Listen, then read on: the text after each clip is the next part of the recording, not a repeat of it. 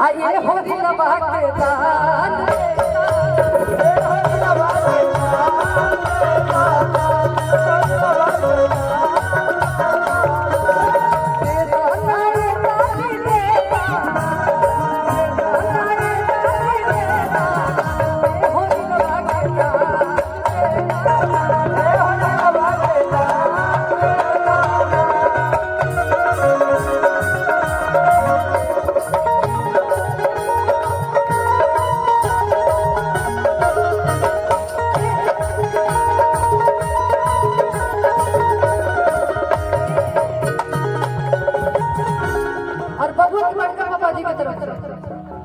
बहुत सारा आशीर्वाद भैया के बाद प्रणाम भैया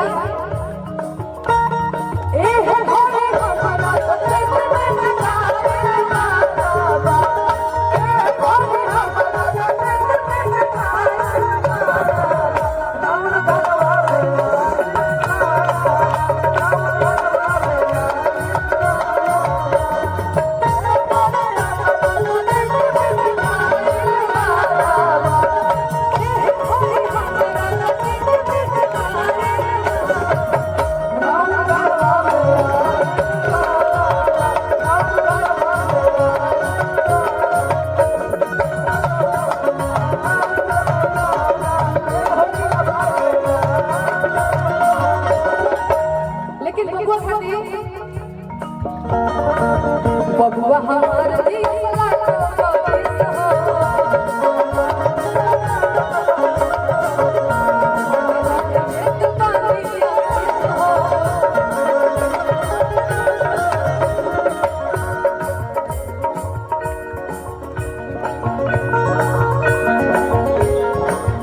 और सभी लोग बाबू का आशीर्वाद देंगे मीठी मीठी तालियों के साथ। बबुआ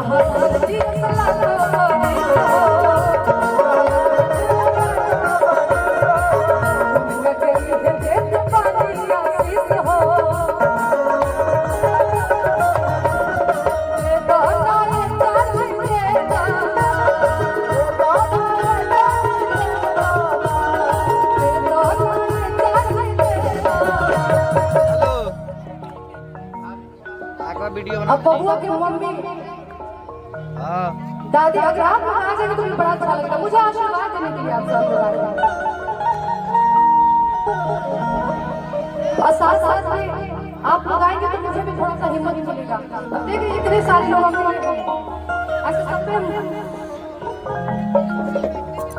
सभी लोग बबुआ की मम्मी दादी चाची बड़ी की सब लोग आ जाएंगे बड़ा अच्छा लगेगा।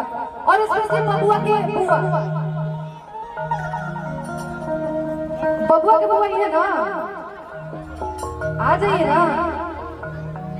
अब इतना प्यार से अगर अभी तक हम किसी और के बच्चा लोग बोले होते अभी आ गया होता। अरे की दे दो ना ये बुआ दे दो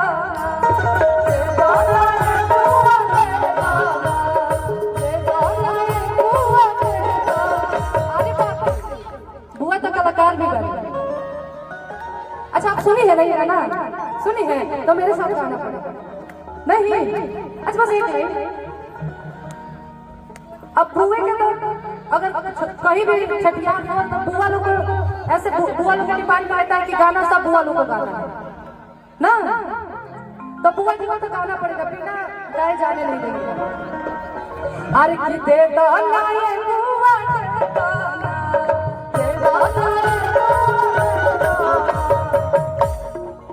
अच्छा लेके गाना दे दो ना ये गाना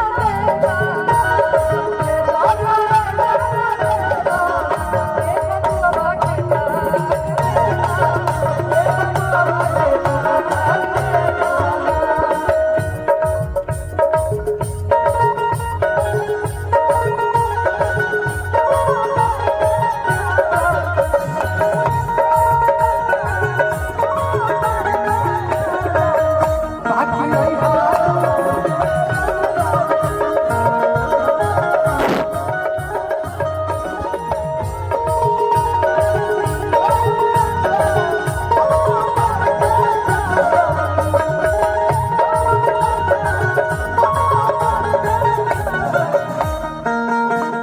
अच्छा उतना कहने पे बबुआ की दादी, सबसे पहले आप आशीर्वाद हम सभी को दीजिए कि हम सभी लोग बार बार यहाँ आते रहे। हाँ ना नहीं खेला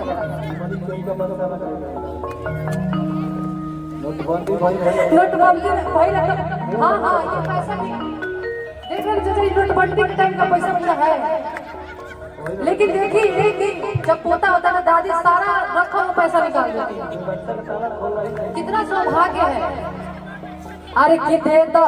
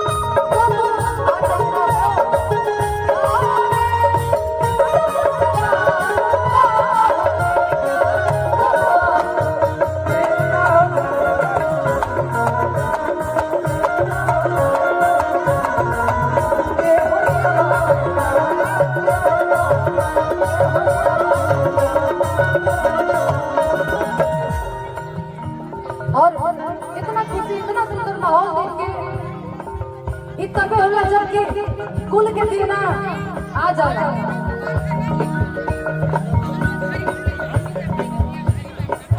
अन्नत आज फल खुशहाल हो,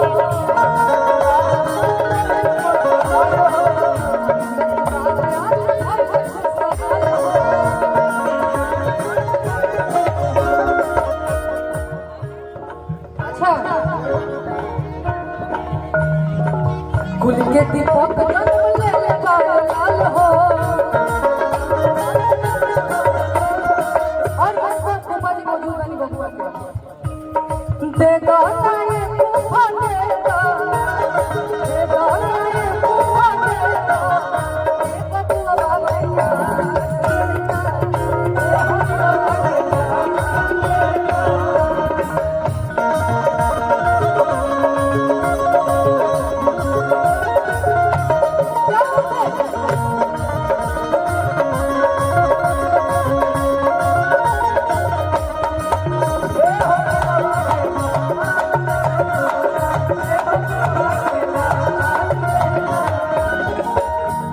लास्ट में बबुआ के बड़का पापा बड़के मम्मी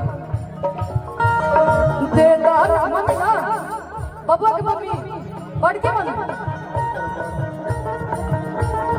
देदार ये मम्मी देदार